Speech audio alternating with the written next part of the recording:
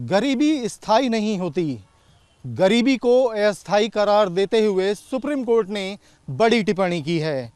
Supreme court में सामान्य वर्ग को जो 10% आरक्षण देने की बात सरकार ने की है, उसको लेकर संवैधानिक पीठ सुनवाई कर रही है। 5 जजों की बेंच के समक्ष इसके खिलाफ जो याचिकाएं दाखिल हैं उस पर सुनवाई चल रही है, जिसमें चीफ जस्टिस यूयू ललित की अध्यक्षता में 5 जजों की बेंच लगातार दोनों पक्षों को सुन रही है। और इसी बीच सुप्रीम कोर्ट की एक टिप्पणी आई है कि गरीबी स्थायी नहीं होती।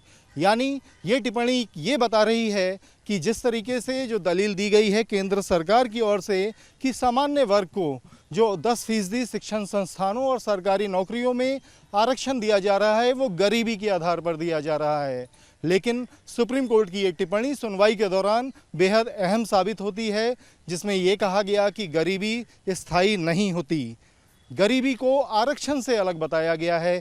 ये कहा गया है कि आरक्षण उन लोगों के लिए है जो सदियों से दबे कुचले हैं, जो ना सिर्फ जाति के तौर पर दबे कुचले हैं बल्कि जो उनकी आय है या आजीविका है उसको लेकर भी दबे कुचले हैं। आरक्षण उन लोगों के लिए है। अगर सामान्य वर्ग के लिए गरीबी की बात की जा रही है, उनको निम्न आय वर्ग का होने की वजह से आरक्षण देने की बात की जा रही है, तो कोर्ट का ये मानना है या कोर्ट ने ये टिप्पणी की कि गरीबी स्थायी नहीं होती। दोनों को अलग अलग नज़रिए से अलग अलग मायने में देखना होगा।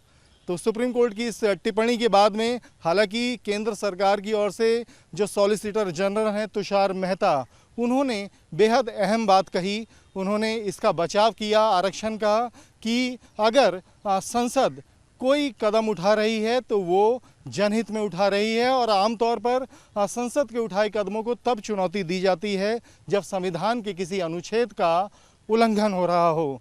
लेकिन सामान्य वर्ग को आरक्षण देकर सरकार किसी भी अनुच्छेद का उल्लंघन नहीं कर रही, बल्कि एक प्रावधान को और जोड़ा जा रहा है।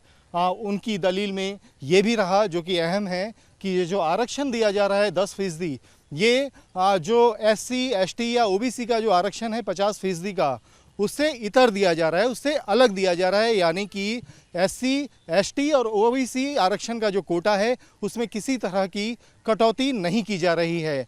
ये केंद्र सरकार की ओर से सॉलिसिटर जनरल तुषार मेहता का बचाव था।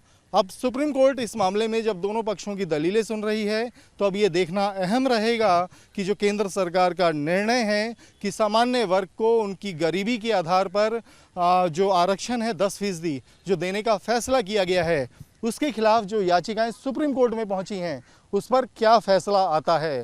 हालांकि इस बीच केंद्र सरकार ने ये भी कहा कि जो सामान्य वर्ग को जो आरक्षण देने की जो तैयारी की गई है उसको लेकर उन्होंने पूरा प्रारूप तैयार किया। उसमें जो भी संविधान की जो प्रक्रिया थी उसको पूरा किया गया।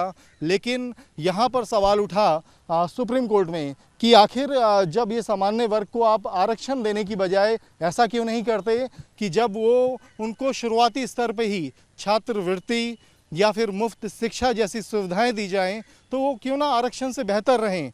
इस तरह की टिप्पणी भी इस सुनवाई के दौरान देखने को मिली हैं, और अब मामले की सुनवाई के बाद क्या दिशा रहेगी वो भी अभी देखना बाकी है। वीडियो जर्नलिस्ट सोमेंदर के साथ अवनीश चौधरी, न्यूज नेशन दिल्ली।